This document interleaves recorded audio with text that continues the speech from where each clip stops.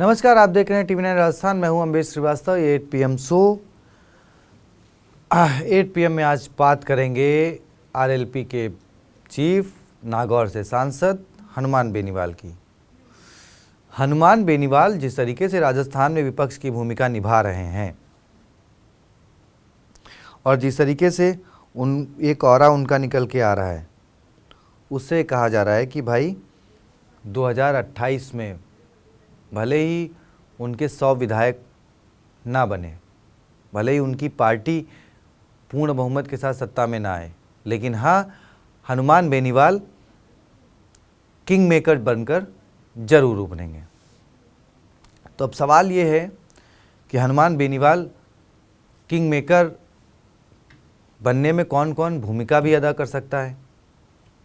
देखिए, नरेश मीणा लगातार उनसे समर्थन मांगते हैं, उनके समर्थन में भी रहे हैं, बात भी करते हैं, कहते भी हैं। हनुमान बेनीवाल जब अंता विधानसभा हुआ था तो वहाँ पर गए भी थे नरेश मीणा के समर्थन में प्रचार प्रसार करने। और हनुमान बेनीवाल लगातार बात करते हैं तीसरे फ्रंट की, कि भाई तीसरा फ्रंट राजस्थान में तैयार किया जाए, और दावा भी करते हैं कि भाई जो 67-65 सालों से राजस्थान में कभी कांग्रेस कभी बीजेपी की जो पिछले 70 सालों से लड़ाई, मतलब एक दो में से एक ही पार्टी सत्ता में रहती है, उससे इतर किसी नए को मौका मिलना चाहिए। एक बात भी उन्होंने कही कि उन्होंने आसपास के राज्यों के नाम बताए और बताया कि देखिए, वहाँ पे क्षेत्रीय पार्टियों ने कांग्रेस बीजेपी की दादागिरी को ख़त्म किया और प्रदेश का किस तरीके से विकास हुआ।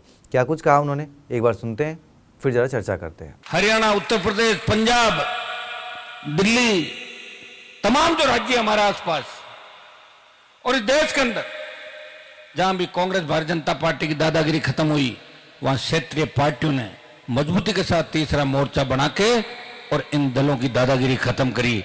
तीसरे मोर्चे के बिना कुछ भी नहीं होगा भाइयों। अब देखिए, उन्होंने बात करी, देखिए आपका उत्तर प्रदेश, एक दो नाम लिए, दिल्ली का उन्होंने नाम लिया, बात करी, तो इसके साथ उन्होंने कहा कि हाँ भाई ठीक है, इन राज्यों में देखिए तीसरी क्षेत्रीय पार्टियां बनी और बनने के बाद उन्होंने जो है कांग्रेस बीजेपी की दादागिरी उन राज्यों से खत्म हुई। अब वो 2018 में जब उन्होंने पार्टी बनाई थी तब भी उन्होंने कांग्रेस बीजेपी पर निशाना साधा था। वो लगातार कह रहे हैं कि भाई उनके लोग फंसते हैं तो वो बचा लेते हैं, उनके लोग फंसते हैं तो वो बचाने का काम करते हैं। लेकिन बात वही कि हनुमान बेनीवाल क्या अपने दम पर 100 सीटें ले आएंगे? क्या सत्ता में उनकी पार्टी आ जाएगी? तो ऐसा फिलहाल तो पॉसिबल होता नहीं दिखता है, क्योंकि आज देखिए 2018 में जब हनुमान बेनीवाल ने पार्टी बनाई थी और नवंबर में चुनावी मैदान में उतरे थे तो उनके सिर्फ 3 विधायक जीते थे। 2023 में जब वो फिर चुनावी मैदान में उतरे विधानसभा के, तो अपनी पार्टी से जीतने वाले वो इकलौते विधायक रह गए। 2024 में लोकसभा के चुनाव आए, हनुमान बेनीवाल ने लोकसभा के लिए दावा ठोका और फिर वो जो ख्यूसर की सीट खाली हुई थी, जहां उपचुनाव में वो सीट भी वो गंवा दिया। यानी आज की डेट में विधानसभा में उनकी पार्टी की तरफ से कोई भी प्रतिनिधित्व करने वाला नहीं है।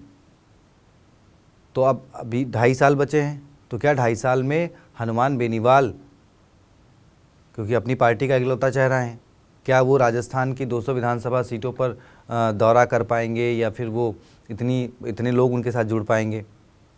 अब देखिए, एक चीज़ ये बनती है कि भाई निर्दलीयों का सहयोग लिया जाए। अब रविंद्र सिंह भाटी बड़ा चेहरा है, ठीक है, वो विधायकी जीते लेकिन लोकसभा में हार गए, लेकिन ठीक है, उन्होंने अपनी विधायकी भी बचाए हुए हैं क्योंकि उन्होंने इस्तीफा नहीं दिया था। नरेश मीणा लगातार उनके साथ हैं। नरेश मीणा भी जिस तरीके से 2023 विधानसभा के बाद से उभरे हैं और जिस तरीके से उन्होंने अपनी भगत सिंह सेना बनाई है, और वो भी दावा कर रहे हैं कि भाई ठीक है, मैं भी जो है बूंदी और आसपास के क्षेत्रों में जो है चुनौती दूंगा कांग्रेस के नेताओं को या फिर कांग्रेस बीजेपी दोनों को।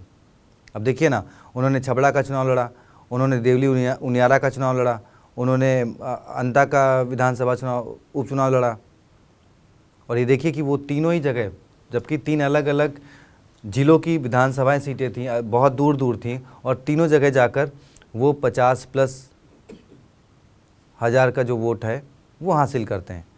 तो कहीं ना कहीं उनकी पॉपुलैरिटी जो है वो अच्छी खासी है। तो अब बात यह है कि हनुमान बेनीवाल, नरेश मीणा, रविंद्र सिंह भाटी, क्योंकि रविंद्र सिंह भाटी और हनुमान बेनीवाल कई बार एक साथ उन लोगों ने मंच साझा किए हैं, जिससे कयास लग रहे हैं कि भाई हो सकता है 2028 तक रविंद्र सिंह भाटी भी कोई मोर्चा बना लें, मंच बना लें, पार्टी बना लें और वो फिर उधर बाड़मेर, जैसलमेर और जोधपुर की सियासत करें। हनुमान बेनीवाल नागौर और इधर की सियासत करें। नरेश मीणा ने अपना क्षेत्र चुनी लिया, बूंदी। तो ये जो 5 खंडों में राजस्थान बटा हुआ है, तो हर एक खंड से हनुमान बेनीवाल खंड वाइज अपने नेता तैयार करेंगे, पार्टी तैयार करेंगे, लोगों को तैयार करेंगे और फिर उस हिसाब से वो टक्कर देने लायक विधायक ले आएंगे। टक्कर ना सही तो कम से कम ये ले आएंगे कि हाँ, वो किंग मेकर बनकर बार्गेनिंग कर सके कांग्रेस या बीजेपी से। खैर, चुनाव में अभी वक्त है। हनुमान बेनीवाल लगातार विपक्ष की भूमिका देखिए 2 सालों से निभा ही रहे हैं। कांग्रेस जिसके सबसे ज़्यादा विधायक हैं, मैं फिर एक बार कहता हूं, कांग्रेस जिसके सबसे ज़्यादा विधायक हैं विपक्ष में, वो फिलहाल राजस्थान की जनता के मुद्दों को लेकर सड़क पर तो नहीं दिखाई देती है। हाँ, उनके नेता पोस्ट जरूर कर देते हैं रोज़ सुबह उठकर, लेकिन पोस्ट से जनता की समस्याओं का समाधान या फिर उनका पेट नहीं भरता, और वो भूमिका निभा रहे हैं राजस्थान में हनुमान बेनीवाल। अब जनता उनका कितना साथ देती है, 28 में कितने विधायक उनके जीतते हैं, ये तो खैर अभी वक्त है। लेकिन हाँ, आपकी क्या राय है कमेंट बॉक्स में बताएं, वीडियो को शेयर करें, चैनल को सब्सक्राइब करें। शुक्रिया।